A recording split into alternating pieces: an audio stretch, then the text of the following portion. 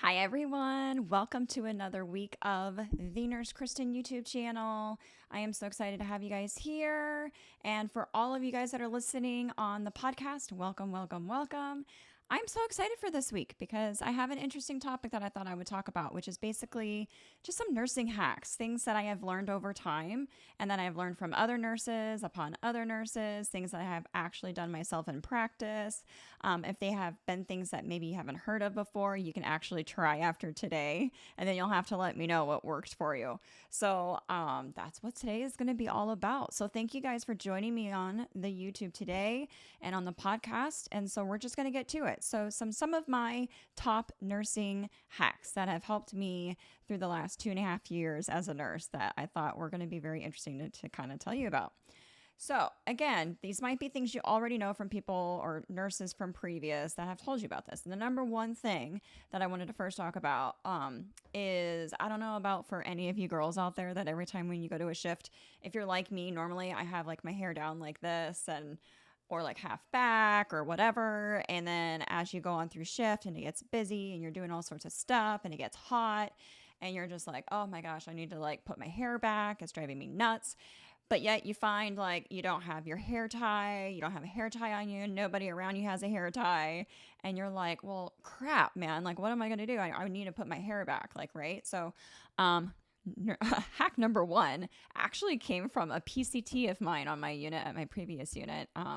She was such a great PCT, but basically she told me this little hack. So if you don't know it already, at the hospital, you know, we have these gloves, right? These vinyl gloves, which most of the time they're like blue or purple or whatever in the hospital.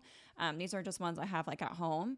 But this part here that you guys see, this little edge part, if you tear it off, just this entire like part, you can make it into a hair tie. So this is like the example. I tore it off and then I can like put it back and make it as a hair tie. So then I can pull it back just like this, as you guys can see. And you can like make it as tight as you want, as light as you want, it's whatever. But I was like, oh my gosh, you're so smart. I had no idea you could do that. I mean, and then after the fact, I did actually have hair ties in my locker, like extra ties just in case. But at least for that shift, and then there was another shift I didn't have a hair tie either. But I ended up just taking the band off of the gloves and was able to make the hair tie out of it, which I thought was so cool. So again, if you're at the hospital and if you're in a bind and you need to put your hair back and you don't have a hair tie, take one of the gloves. Take one of the gloves from the hospital and just tear off just the wrist part, just this part right here, and it will make a hair tie. So that is hack number one. I thought that was like so cool. And again, you may have known on that already. Maybe I'm one of the last people that know that, but I just thought for anyone else that didn't know that, that was really cool to know. Another thing, another hack that has been really helpful. I don't know about you guys if you've ever been, well, probably for a lot of you nurses or even nursing students in clinicals, if you're ever in a room, especially with a patient that you're just cleaning up, had a big mess, right? And it stinks or maybe it's something that just there's a smell, it's making you feel nauseous and you feel just kind of like not so good feeling. What you can do, another hack, is take an alcohol swab, just any normal alcohol swab that you have at the hospital, and just like open it up and put it under your nose and just smell that for a little bit. And it actually does kind of help with that nausea a little bit and it makes you feel a little bit better. So alcohol swab. And I'm not saying like by all means like go crazy and like, you know, sniff up a storm and get high off an alcohol swab, okay?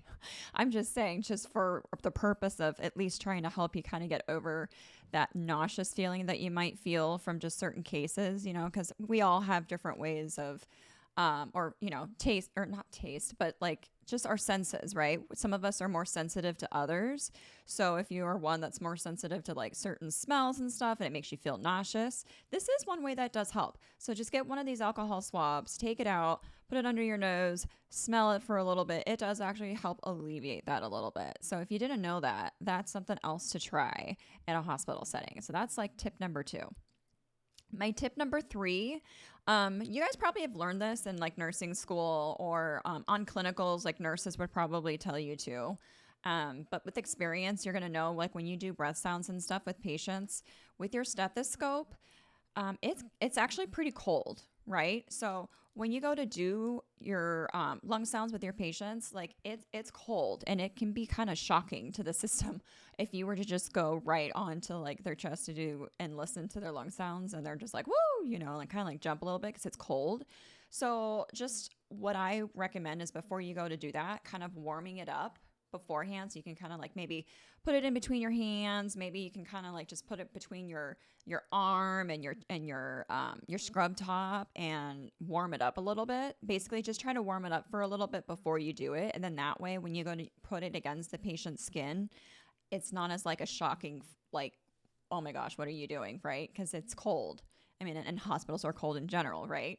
So try to really just like warm up that diaphragm of the stethoscope before you go to use it on a patient so that it's not as shocking. So just another tidbit. And again, you probably might have been taught that through school or from a clinical nursing experience and all of that. So that's another third tip there. And then the fourth tip I had here, I have one of the very important things. Okay, so when you're in nursing school, I know they talk about, you know, you're going to have, you know, 4 patients or 5 patients. And a lot of the times they're mentioning more so like if you're on a med-surg unit or a tele unit or anything like that. Most of the time they're talking about just a generalized unit. Obviously, if you're in the ICU, you have like 2 patients. But generally speaking, if you're on any other unit, you have about 4 or 5 patients. And so it's all about prioritizing time. So you have to be in every single one's room to do all sorts of tasks, from, you know, their vitals to medications to assessments to just all sorts of stuff, right? One of the big things that's super helpful, one of the hacks I tell people all the time that helps and actually helps relieve some of the stress, is making sure you're always clustering your care. So making sure that if you're going to be in a patient's room and you need to do their vitals, you need to do their sugar, you know, their sugars, right? Check in their sugars. You're needing to give them medications. You need to empty their Foley. You need to do an assessment, like all these things. Make sure that when you go in there that you have all the supplies you need. So you have like all of their medications ready to go. If you have to give them a bath, you have all the supplies for that. Anything that you would need for this patient, just make sure, please, that like this one time when you go in, you have everything together so that you can get them done and they should be good to go for a while. So then you can be with another patient for a period of time. There is nothing worse for a patient, and especially night shift nurses, you guys are going to know this, is going in and like doing vitals, and then the next second is like someone coming in and, oh, it's your med time, and they were like napping or, you know, like sleeping, and then the next second you come back in and you're like, oh, we need to do a bath, we haven't had a bath for you today, or, you know, it's just stuff like that. And patients, aside from yourself, it's just so much easier. It makes your night go so much easier when you can just cluster everything all together, get done. They can be situated for a good amount of time. Versus, oh, I forgot to do this. Oh, I forgot to do this. And then now you're running back in there multiple times. And then you're in another patient's room. They're needing something. It becomes a chaotic mess pretty much, right? So really kind of prioritize your patients, like you probably already know, like which ones are the first ones you want to see first, second, third, fourth, and then everything that needs to be done for that patient for the evening, and kind of like organize your time. I always did that before shifts. I always went through everything to see what needed to be done for every single patient. If any of them had any imaging they were going to be doing in the middle of the night, if any of them had all these medications throughout the night, if any of them had like blood that needed to be drawn at any time that had a central line. Just, I organized my night to the point to where when I was in there, I was trying to do as much as I could at one time. And a lot of that is if I had to be in there to do meds and do a whole assessment and all of this stuff, I normally always told my PCT or CNA to, like, don't worry about, you know, patient in 34. I'm going to do the vitals. I'm going to do their sugar because I need to be in there anyway to do this assessment first and then do their medications, because depending on this is what's going to depend on what I'm going to be giving them for a medication. So it even actually kind of helped the PCT and CNA that they could actually just cross them off the list and be like, okay, cool, I don't have to worry about that. Kristen's got it. But cluster care is very Very important. So if that's not something that you do now, you're going to learn the hard way when you find yourself going in there and out. So it's going to be an annoyance to you, but it's also going to be an annoyance to the patient that you're in there every 2 seconds, because no patient wants you in there every 2 seconds. They will get annoyed and be like, just get done what you need to and leave me alone for a while, especially a night shift. There are going to be people that are like up, and then there are going to be people that are actually asleep. So that is my next big thing, is just making sure that you're really trying to cluster your care for patients. It's very important. And it's just makes your night a lot easier when you can get that stuff done all together, right? So something I learned the hard way when I was a new grad, and it was a little chaotic. So I wanted to make sure I wasn't putting anyone else through that. So that's another hack of mine that I wanted to let you guys know of. The next thing actually is patients that have those Duoderm or the Duoderm's tape on their arms from like IVs or anything like that. Obviously, like those Tegaderms are like super sticky, right? Super, super sticky. And unfortunately, especially on males, they have, a lot of hair. And so getting those off can be painful and irritating and irritate the skin. And it's not a very fun process. But I have found if you take those Tegaderm off, like parallel to the skin, that helps, first of all. So going parallel, not going the opposite direction, but going parallel helps. But also using an alcohol swab, kind of like I talked to you guys about, like with the nausea. Alcohol swabs really help too, as far as you start peeling off that Tegaderm, you can actually use an alcohol swab and kind of wet underneath there. That makes it so much easier for you to kind of get it off. That's not going to be like tearing their hairs out and causing a lot of irritation, redness, and anything, that's not going to make the patient want to jump out of their bed, right? So, so that's what I recommend. So when you have those off, try pulling it off parallel to the skin. That helps. And then also have alcohol swabs on you so that you can get it off a little bit easier. So that's another tidbit on there. And then also with the alcohol swabs, because I feel like I use these for so many different things, honestly. So as far as like the nausea thing with the smell, that's one. With the Tegaderm, like getting that sticky Tegaderm off for patient skin helps with that too. So kind of like doing that underneath to try to like tear it off is two. Another thing with the alcohol swabs, if I find for whatever reason, and I normally always had my report sheet with me and I had it in my pocket or whatever, but if I didn't, I always had plenty of alcohol swabs in my pocket, and I would write vitals on here. So if I was doing vitals and stuff, which is usually the case, was because I went to my patient's room to do like their, every 4-hour vitals or whatever. And I didn't have my report sheet on me. I didn't have like my little notebook with me that I normally had in my pocket. I still had it at the nurse's station. And I'm like, well, shoot, but I always had these alcohol swabs. So I would write everything on here from that patient, and then I would write it and go back to my station and write everything down or chart it all off. So actually, that's another, I don't know. I'm sure there's a lot of you guys that have done that, and maybe I should do a poll on that and see like how many of you guys are like me. I've done that. So clearly I use alcohol swabs for a lot of different reasons, right? But that was actually kind of a side note. So sorry.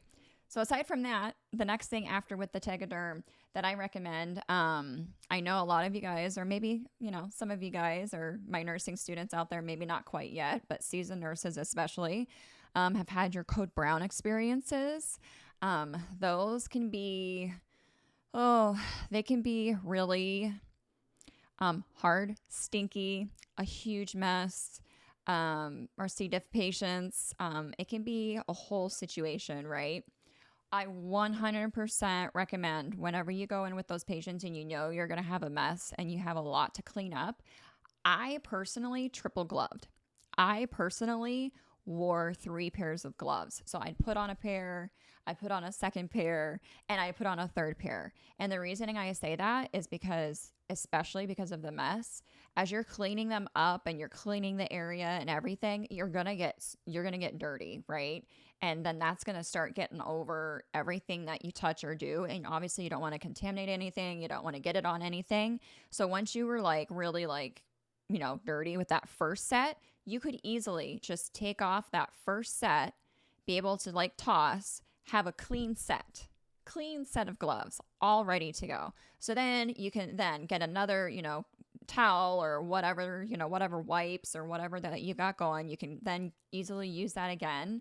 and clean, clean, clean, clean, clean, and whatever. And then once that gets really dirty and, you know, you need another set, you know, you can get rid of whatever. You can then take off that second set, toss, you got a third set of fresh gloves again. So I know I've seen, I actually worked with a nursing student.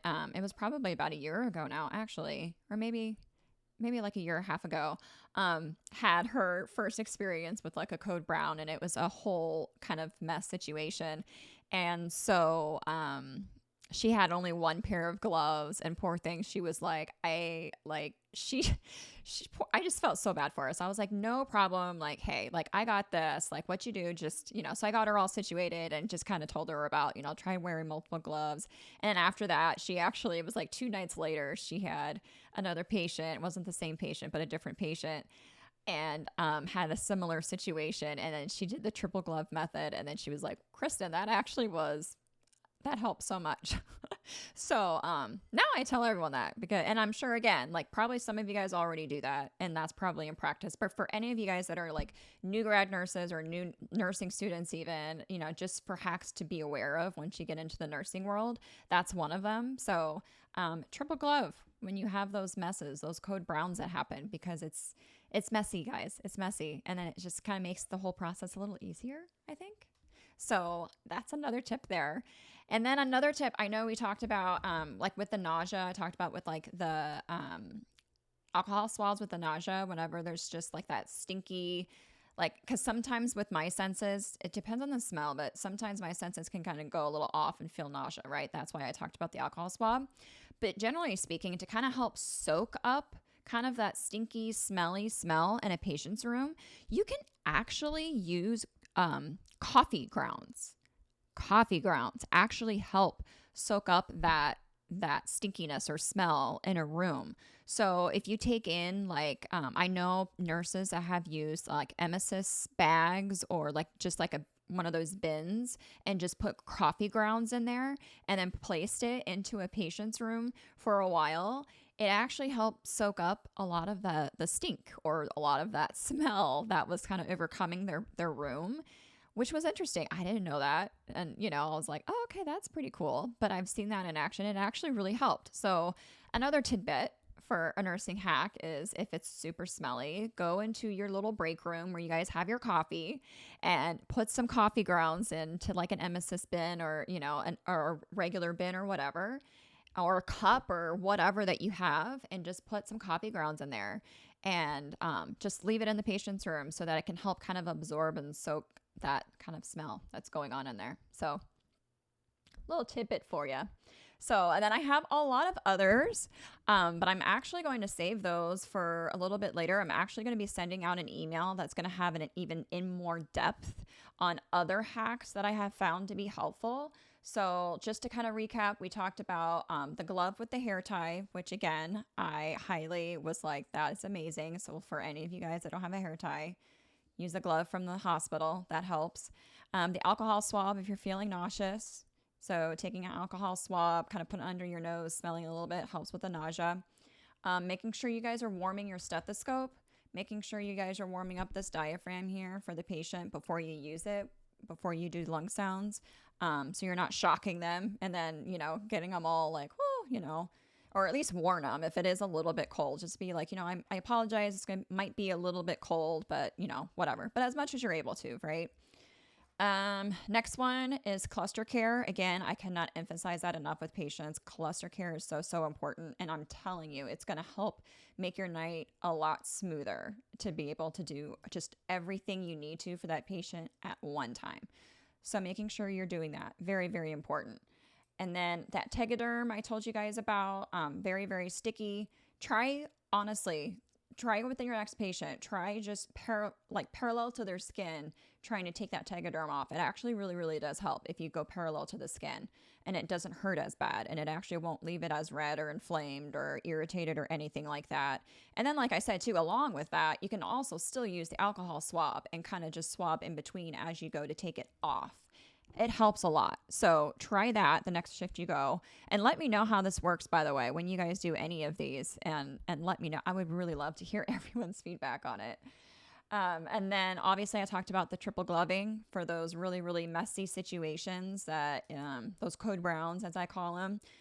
Triple gloving, super, super helpful to do that. And then, like I mentioned, also with the alcohol swabs, I use them also as to put vitals and stuff if I forgot to bring my nursing report. So that was like another little hack that I actually just thought of that I wanted to let you guys know of too. So if you forgot your notes, just write them on an alcohol swab.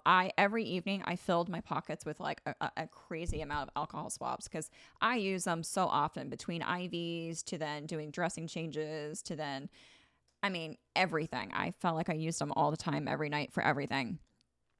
And then the coffee grounds for the smell. That actually really, really does help. So those are just a few, but I do have a lot more other hacks. But what I'm going to be doing is I'm going to be making a whole resource paper. So I'm going to be putting these all on a sheet. So there's a lot more added than just this.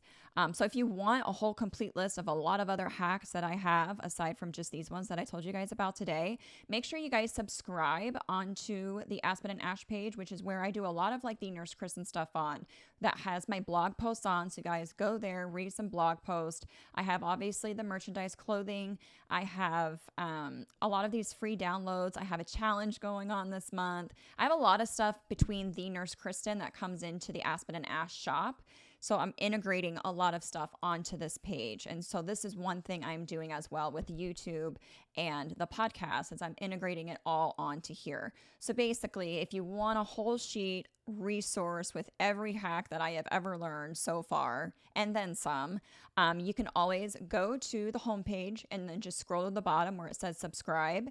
And once you subscribe, I will be sending an email that will have that free resource that's going to have every single hack out there. This was like just a little small bit, by the way. This was just a little, toe in the water or whatever you want to call it. It's just a little snippet of hacks that I have for you guys. So if you want a full list of everything that I've got, make sure you guys go to aspenandash.com. Make sure you scroll on the homepage to the bottom where you subscribe for the email so you guys can get that free resource and be able to get the entire full list of everything, of every hack that I know that I can give you guys to help. So I loved this episode. It was great. If you guys loved it, make sure you guys subscribe. Make sure you guys like the video. I will be back next week with another amazing topic, and I can't wait for this next topic that's coming up next week. So you guys stay tuned. Have a great rest of your day.